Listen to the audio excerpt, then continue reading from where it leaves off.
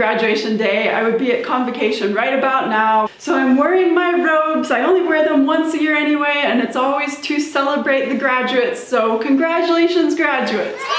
But obviously, because today is graduation day, that means that we're on semester break. And I wanted to pick a topic that is quite an expendable luxury topic. And I wanted to do circular breathing because one person requested extended techniques and one person requested circular breathing. And you can have a 100% successful career without ever learning this skill. But there are a handful of pieces in the 20th century and 21st century that do ask for it. And it's an interesting skill. It's kind of a party trick skill. So let's get into it. When I work with students on this, both my own students and students that just ask me questions about circular breathing, they tell me often that they've been advised to get a glass of water and a straw and blow bubbles into the water and keep the bubbles coming while they breathe in through their nose and just keep them coming. And that is a really good thing if you can do it because it's very intuitive and you want to keep this intuitive. But most people are still a bit confused about exactly what to do. So I like to keep it as simple as possible, keep it intuitive. I think of circular breathing in 3 steps.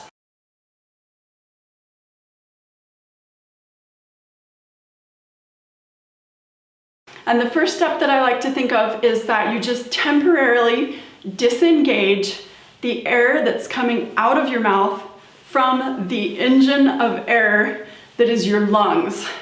So that's very weird because in normal life we never do that. That's why it's called an extended technique.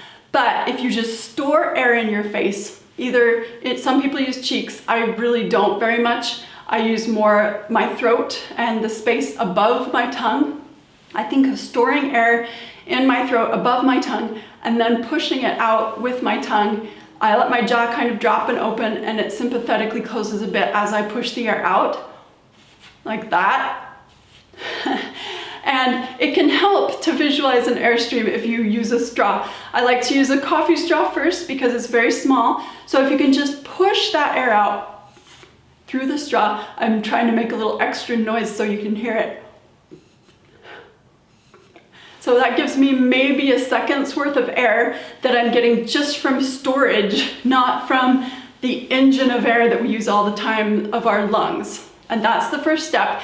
Once you get it so you feel great about doing it on a coffee straw, I would treat yourself like a beginner. Go to your flute head joint, try it on the head joint, and then try it on the whole flute. Find the note or the register that works best for you and start from there, and then work your way into other registers and other notes.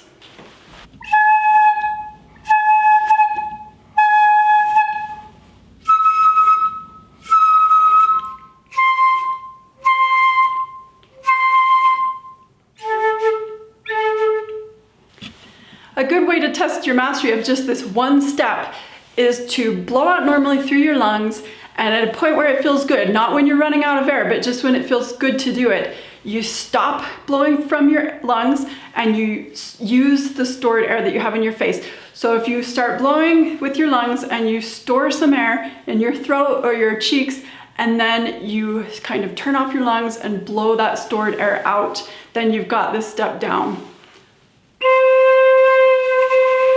I'm letting you hear a little of the lumpiness so you can tell kind of when I switch.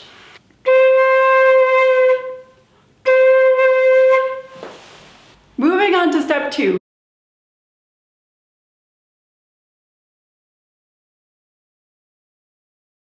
Step 2 hinges entirely on the fact that, as I'm sure you know, circular breathing is not breathing in and breathing out at the same time. If anything, it's the opposite. It depends on the fact that you can completely If anything, it's the opposite. It depends on the fact that you can completely compartmentalize what's going on with your air in your mouth and in your nose. This is why little kids, parents teach them when they chew to close their mouths, because you can do something in your mouth while you're breathing in and out through your nose. Adults never in the middle of chewing up their food with their mouth closed just have to gasp and open their mouth because they have to breathe in through their mouth. You can breathe in and out through your nose and do something completely different with your mouth. So step 2 is, while changing gears with your lungs from blowing out to breathing in, At the same time, you keep that stored air going out. So it's that dual thing that's going on, that's step 2. So I'm doing something with my mouth, I'm pushing out this stored air, and then at the same time, I just breathe in through my nose. And again, it's good to do with the coffee straw because you can keep that air sustained going through the straw for the entire time that you're breathing in. I'm not going to take the time to do it right now, but I'd say do the same thing. Once you feel great doing it on your straw, do it on the head joint, do it on the whole flute, try different registers, and then if you want, you can add it to what we did before, where you blow out through your lungs. At some point, you switch to that stored in air and try breathing in at the same time, so you're adding one little process.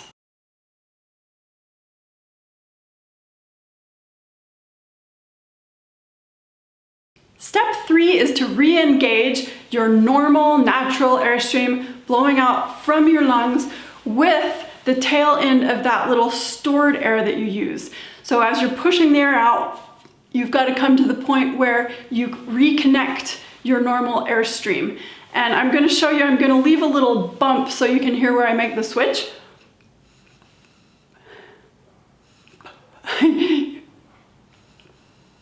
But what you want to do is get rid of that bump so that it feels really seamless and we can't hear it.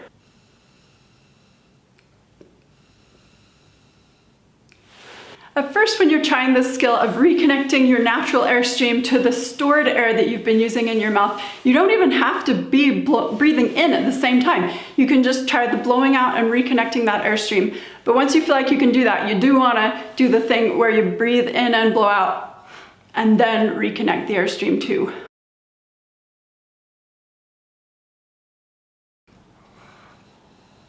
I don't know how much you can tell what I'm doing. Once you've figured out those 3 steps, of course, the next thing to do is connect them all. So start exhaling, start storing up air, blow the air out while you breathe in, and then reconnect your airstream to that air that you've been using that was stored up. It might take a little getting used to, but you can get used to it. Again, on a coffee straw, it's like little training wheels because it's very small. You're not using a lot of air through that coffee straw.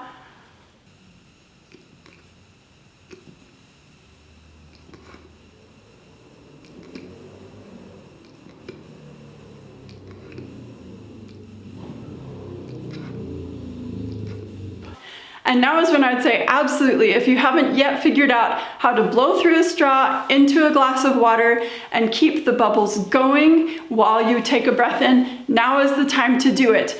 And it's great to do in a glass of water because water is a lot heavier than air. If you're blowing into a pool of air, we're always in this pool of air, but the air gives you very little resistance. The water gives you a lot more resistance. So it's another form of training wheels. It's not just that you can watch the bubbles and make sure that they're constant. It's that it slows the process down a little. You're using a little bit less air, so it's an easier step to do before you apply it on your instrument. So let's continue this celebration we're having and go blow some bubbles into some water.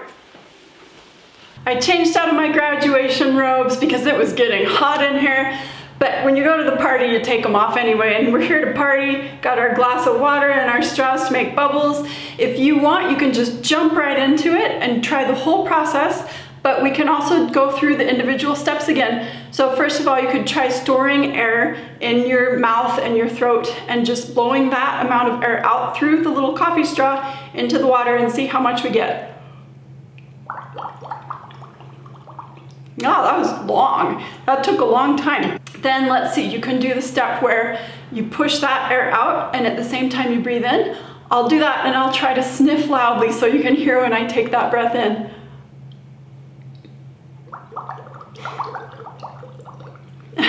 I just have so much time. Okay, so now I'll just go for the whole thing. I'll blow out and then I'll push air out while I'm breathing in, and then I'll resume blowing out. Again, I'll try to sniff loud so you can tell what I'm doing, and it won't take much air through this tiny little straw.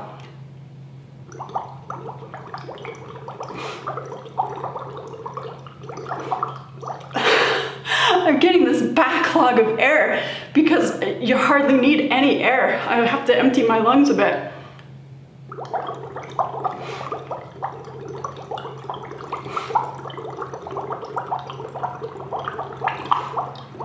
Yeah, I can't use the air fast enough.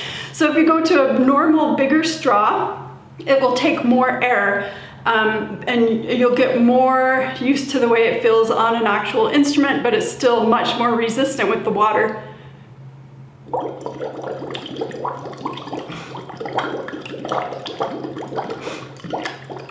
I'm blowing water all over the place. But yeah, I'm still getting way too much air in because I just don't need that much air. Remember when you go back to your flute that you are in charge of the size of your embouchure hole. We're lucky that way. On other instruments, they can't change that. So you can see really quickly, if you try with a big straw like this, if I just store up air and blow that out, it's gone. I feel this little puff of air out the end and it's gone. So if you think of your embouchure hole like this, you can conserve so much air. If you can do what we've done so far with straws, you should be ready to go practice on your flute. You can do the same just with the head joint. You can try a register or a note that happens to respond really well for you.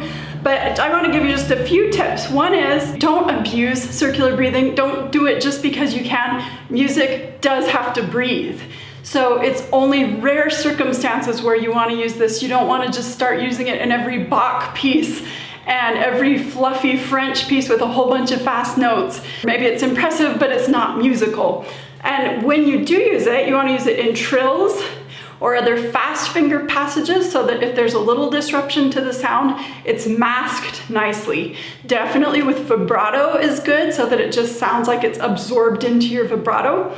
Even if you're trilling, you can add vibrato to help disguise it. Try to do it silently and try to do it without distorting your sound. That's why I like to avoid using my cheeks too much, because I want to always go for efficiency. Just like with the little straws, I don't want to distort my embouchure and have to reconfigure my embouchure and lose something in my sound. There are some times when you'll be asked to use it by contemporary composers, or I use it for a very occasional spot that will aid musicality, but honestly, I almost never do it at all. One last thing about this, I don't know if anybody would have noticed this.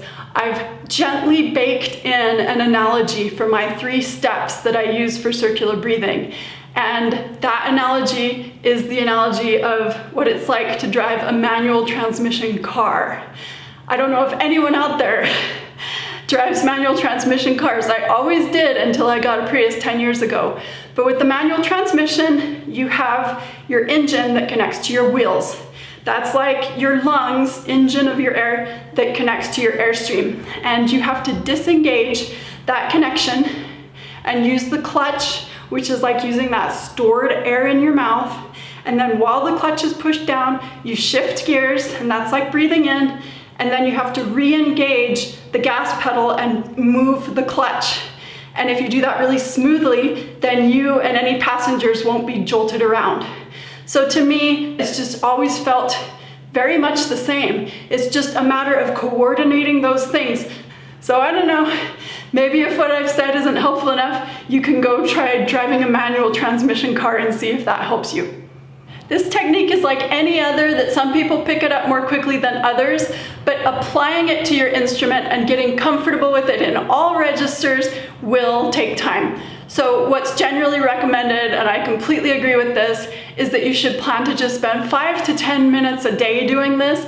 Don't kill yourself trying to learn it all in one day, but just give it some time to settle in and become part of your muscle memory. It may take you 2 or 3 weeks. It may take you 6 months. But if you really want to do it and you put aside the time, you will get there.